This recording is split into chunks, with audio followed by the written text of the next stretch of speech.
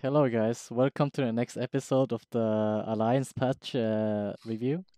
This time is me, Taiga, and Boxi who's gonna talk about the current patch that was just released, 7.11. So this patch was kind of surprising for me. That like I kind of expected more of like a Tinker patch, like nerfing those kind of heroes as like always picked.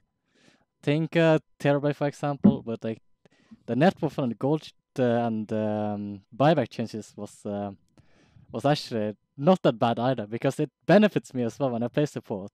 When the buyback doesn't cost anything, and you can actually do the abuse thing with like you harass the offlaner a lot, and then you out of region, and then you go to jungle, die to neutral creeps, and then you just buy back because it costs like I don't know, it costs so little at least. But it's like you don't have the gold penalty as well. That's the biggest change I think. Like the penalty after buying back. That's like because the before you die to neutral trips, it takes like 20 30 seconds to respawn, but now you can just buy back, teleport to lane, you're full HP, full mana. So um I'm not sure how it is for the offlaner though. When someone you support is like abusing their shit and just harass the shit out of you, Boxy. What do you think? I mean, I'm definitely gonna rage buyback when I die.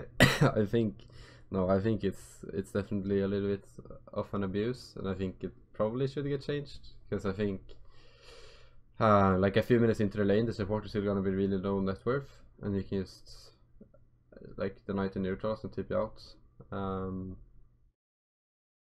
I mean, it's like it still costs a little bit of gold, so it's your net worth divided by 13 now. But that's still, it's not even 100 gold, even if you're like 4 or 5 minutes into the game probably.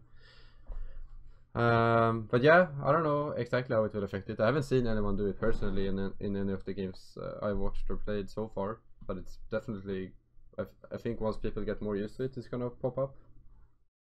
But yeah, that's probably one of the bigger changes, like how the buyback system works. I think penalty wise, I mean that doesn't matter early game because that's bound to your respawn time. But I think late game, or like mid game to late game, it's definitely gonna factor how people play team fights. I think there's gonna be a lot more buybacks because you can, like, instead of using buyback as a tool to defend your base or to like salvage a team fight, you can like instead use it to just come back and get the gold back that you would have missed if you were not there, kinda.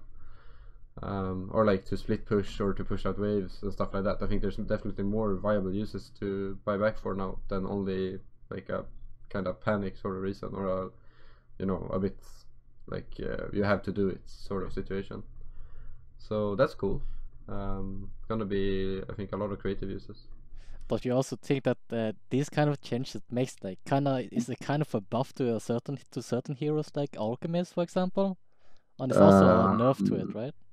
I mean, yeah, I guess it's a both buff and a nerf because you give more gold when you die personally as Alchemist, but your team gives less gold when they die because you're super fat, but that doesn't affect the team, like team feeding gold anymore.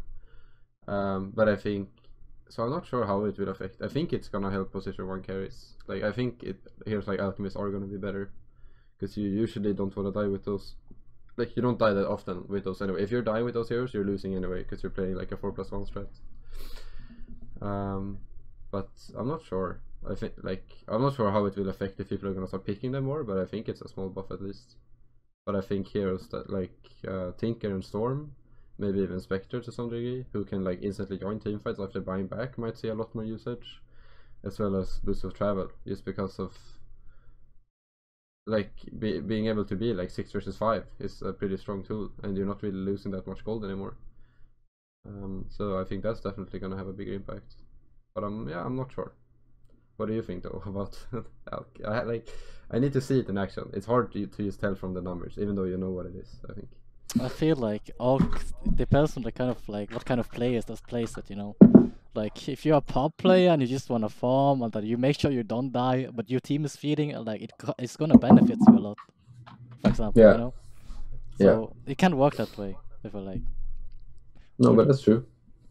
but also another change to this patch is that you said that now that if you die, you don't give us much gold anymore, like our support, because it is individual now. So Yeah. basically, this this can work for PPD as well, you know? Like he's the kind of guy who plays like I mean, position 10. probably works for any position 5 except for maybe like DJ or something. Yeah, but I don't know, the way he plays, like I think that this might be the comeback of PPD now. Now the way he plays this on, if you tank the ganks with support, I think that's even more stronger now. Yeah, but there is it's not only that you get like the, how to say, the net worth multiplier for like the lowest person on the team, like the poorest guy is lower, and they don't give the AoE gold. So I think for sure supports are gonna feed a lot more, like not on purpose, but to, how to say this, they're gonna like try to create more map space and give more like map control through dying, like putting more aggressive wards and being okay with feeding, or like just walking around looking for where the smokes are coming from. Yeah, for sure. So that's gonna be interesting. I'm glad I'm not playing support, even though this helps supports. It's like you don't want to be dead all the time. That's no fun. Yeah, that's true. Hmm. Yeah, I'm not sure if there are any other like those are like the two major changes, or like the two, but those are the major changes I would say. I think that buybacks are no longer more expensive after time as well. I mean, we already talked about like buybacks in general, but I think it's gonna be different from what it was before, because in super long games it usually ended up with being like neither team are really farming because you're so afraid of dying and they don't really have map space. You're just like maybe running as 5, and buybacks got increasingly expensive, but now they don't anymore. So I feel like the high farm people are gonna like be able to afford buybacks, but so are the other people. Like I need to explain this better. In late game situations, the poor people on the team usually didn't have money for buyback anymore, because the time that went on made it so much more expensive, and they were not farming at all. But now it might be harder to like close out games in the super late game because people are always gonna have buybacks. If that makes sense. Or it might be easier because you can just buyback and fight. I'm not sure. More buybacks at least. Yeah, but not except for course, because they will have so much farm that it costs way more for them. But for support, Yeah, but for the other team, like for the rest of the team, will have more. Yeah. well, aside from these kind of changes, like there's also about Dota Plus. What do you think about this? People's like complaining it's pay to win on Reddit, they like flame the shit out of Valve, saying the kind of things like you know what I mean. I mean, I think people at our level, it's definitely not gonna help that much, because I don't think I'm ever gonna take any Dota Plus suggestions, because I think I know better. Hopefully, I do. But maybe at like a low level, the decision making might be improved if you're like looking for items or like lane or hero suggestions. But I think the impression I've had so far is that it seems a little bit off. Sometimes it might be good, but sometimes it's suggesting me to pick like Doom and go mid against a Razor or something. And I feel like the few times it's super wrong makes me kind of lose trust in it. But other than that, no, I don't think it's pay to win. I think it's a little bit pay to win that you can see your net worth at all time and compare it to the like average net worth graph, because you can kind of estimate like how far behind or ahead you are, and see like if you like win a team fight or lose a team fight, or you've been feeding a little bit, you can see like how far away from the curve you've fallen, and you don't have that without Dota Plus. So that's a little bit pay to win. But I think the relic system is a little bit pay to lose, because you get the big symbol above your head that shows like your counter, like with Nature's Prophet. You like teleportation leads to kills. I remember it's the one I have, and I think it makes your hero like visible. It shows who is the main hero if you have illusions, and it also shows like the enemy team is gonna be really easy to identify you in a team fight. If there's like a huge mess of creeps and heroes going on, and they see one hero that has like the big glowing shit over his head, it's gonna be really easy to find him. So that's actually not that great, I think.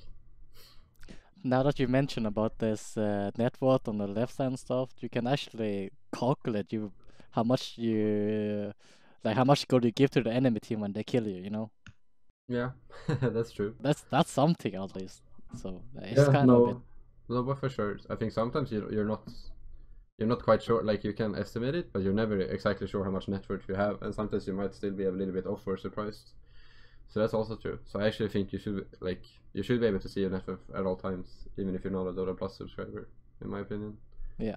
But yeah, other than that, I don't know. It's mostly like skin and fun, questing. It's like a battle pass, like a mini battle pass.